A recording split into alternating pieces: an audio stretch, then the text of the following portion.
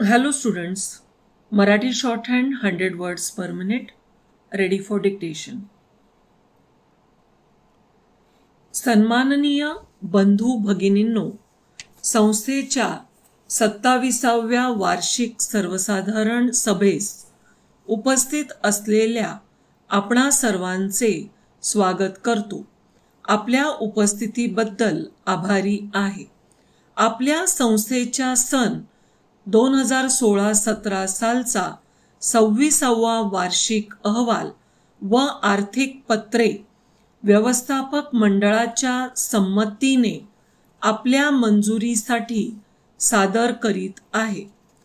गतवर्षी जागतिक मंदीमुळे संस्थेकडे मोठ्या प्रमाणावर पक्का माल साठलेला होता व संस्थेचे संपूर्ण खेळते भांडवल पक्क्या मालसाठ्यात अडकून पडल्याने आपली संस्था आर्थिक कोंडीत सापडली होती.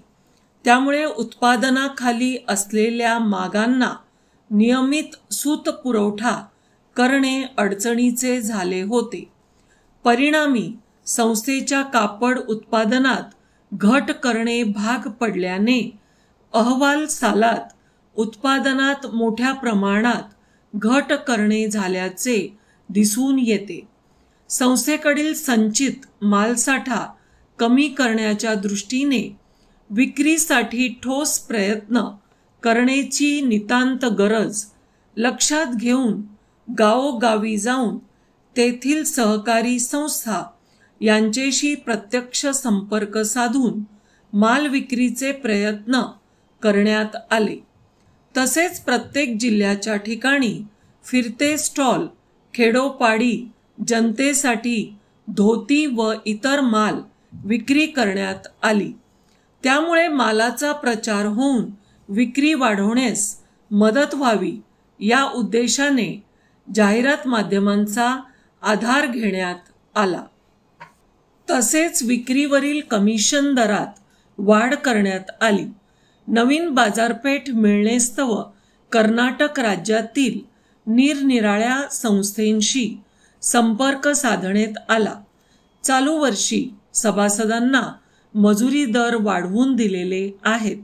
यामुळे संस्थेस नुकसान होत असूनही केवळ माग बंद पडून विणकरांवर बेकारीचा प्रसंग येऊ नये या विचाराने अजूनही त्याच पद्धतीने उत्पादन चालू ठेवले आहे. नवीन माग मंजूर होऊन आल्यानंतर त्यात फरक होईल अशी अपेक्षा आहे. सन 2016-17 या अहवाल सालात मंडळाच्या सभासद संख्येत 50नी वाढ झाली आहे. सभासद भागभांडवलात रुपये 7,500 नी वाढ झालेली आहे. परंतु सदर वाढीचे प्रमाण फारच अल्प आहे. तसेच अहवाल सालात सभासद भागभांडवलात म्हणावी तशी वाढ झालेली नाही. आपल्या संस्थेच्या कार्यक्षेत्राखाली संलग्न संस्थांकडे फक्त सुतापासून कापड उत्पादन होते व त्यांची 9 वारीची किंमत रुपये 160 पेक्षा जास्त नसते. म्हणजे इतर विविध प्रकारचे भारी किमतीचे कापड उत्पादन जवळजवळ नाही म्हटले तरी वावगे ठरणार नाही.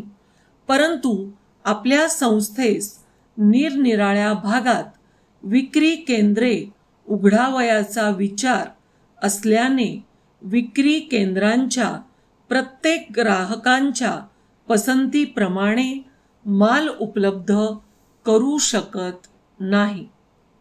Thank you students.